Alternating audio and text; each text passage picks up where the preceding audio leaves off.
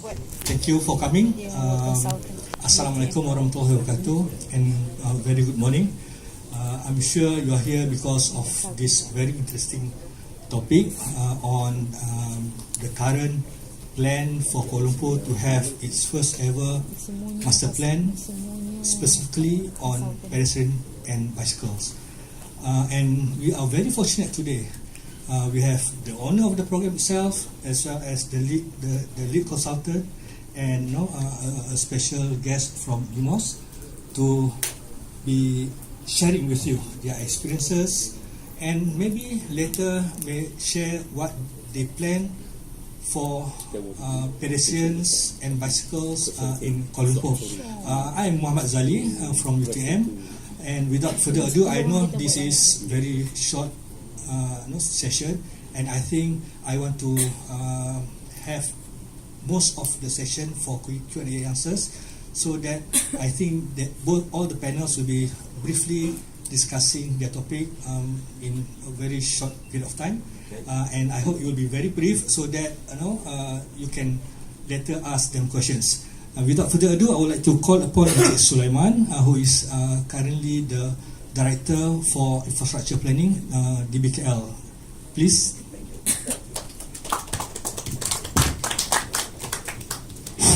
Assalamualaikum warahmatullahi wabarakatuh. All my friends, colleagues here, a lot of familiar faces inside. So I just, because of the session is a bicycle and pedestrian, but I'm going to give some overview on the sustainable, resilient, smart city communities, because the this one, the bottom is up and down is this one. No, okay. Because of why we embark on pedestrian, so it relates to the low carbon society.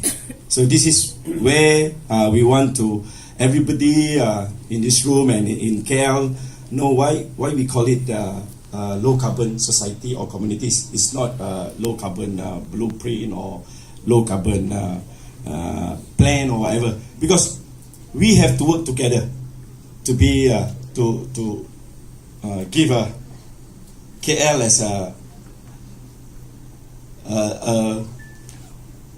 low emission of CO2. So we have the master plan. We want to reduce by 70% by 2030. So in this master plan, we have, or the society community master plan, we have 3 trusts, 10 action, 37 sub-action, 82 measures, and we have 245 programs. The most important in this low carbon society master plan is the program, because this program is not done or must be executed by the authority. It needs to be executed by the communities.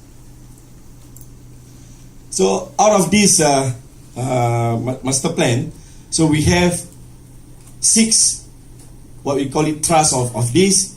One is transport, where the bicycle and pedestrian network is inside this action. So we have building. In the transport we have rail system, bicycle lane, bus system, and pedestrian network. And then the building, we have a green building index or green building. And then energy management. And then we have under the sector of solid waste is reduce and recycle, the 3R program. Water, we have two programs or 2 initiatives. There is River of Life and also rainwater harvesting. And then we have energy efficiency of building. We use Bio 10, Euro 5 NGV, and then B10 project. And then we have infrastructure detail and technology. That one is on the integrated transport information system, ITs, LED street light and lanterns. And we have the environment initiative, open space, tree planting, vertical green. This is always people talk about it. And then community green, preservation forest. So, and then the laneway project. So this is basically we have in KL, the range system, we have 5 system. We are fortunate because we are the city capital. We have MRT, we have KTM commuter, we have KL monorail, we have ERL, and we have LRT. So this is where the most talking about is KL pedestrian and bicycle master plan. We have 3 objectives here. We have to increase the quality, enhance the quality of our walking, and then we have to encourage. And this word I always difficult for me to pronounce. Incentivize things like that. Okay, correct me if I'm wrong. Where we need to encourage people walking in the city or using bicycle to go to their destination. And then the third objective is to connect vibrant and activity public spaces to create more placemaking, like whatever this morning I think the first session been talking about. Okay, this is the bicycle lane. I go through fast because we have only 10 minutes. Then we also go on the Go KL free ride. This Go KL buses. Now we have 4 lanes that been running around. We will introduce another 2 lanes by March. This is the existing 4 lane is the last mile, but another 2 lane will be the first mile, where we are embarked in Kementah, from Kementah to Pekeliling, and the other one from the Lembah Pantai or the PPR there to the university station. So these 2 will be start and hopefully will be running around on March. Okay, this is the pedestrian. Of course, the pedestrian in KL, we need a shade pedestrian walkway because of our climax. And then green building, we are always put in our development order that the building of office need to be a green building index. Either is a certified or gold or premium. It depends on location. And then we have energy management. DBKL, we have reduced our bill about I'm not so sure, tapi it's quite substantial. From 500,000 per month per year become 330,000 per year. And then the 3R, we embark on the 3R, the river of life, and then the rainwater harvesting. This is all we put in our development order that all development must provide the rainwater harvesting for cleaning, watering gardens and everything. And then we also using the B10 biodiesel project for all our vehicle, all our machinery, and also for the Go KL bus.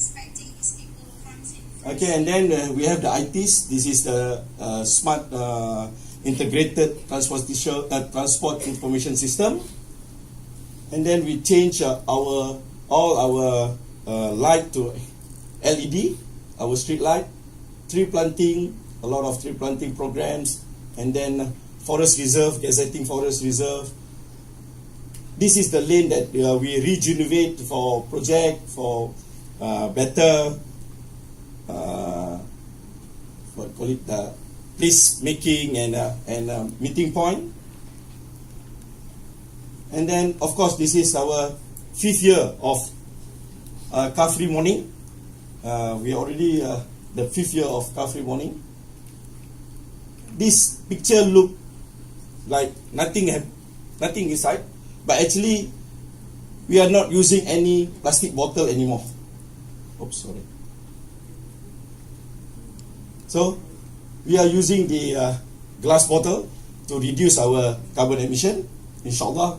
Although it looks a very small or minor initiative, but it will help to reduce the low carbon. Then this is a private initiative that the Green Highway, they are using all the what you call it, solar panel to lighting their energy. And then in conclusion,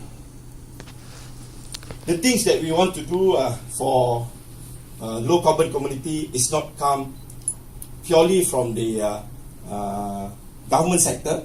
It need come from all the society, all people, we ourselves, by taking a small step, but it will contribute to the bigger challenge. So with that, I think I finish end my presentation. Thank you. Thank you, Encik Sulaiman, for giving us a brief overview of the planning ecosystem in DBKL. But I'm sure you are yearning to ask questions now. But please hold on to your questions. You will have opportunities to ask questions later after we have heard from all the three panelists.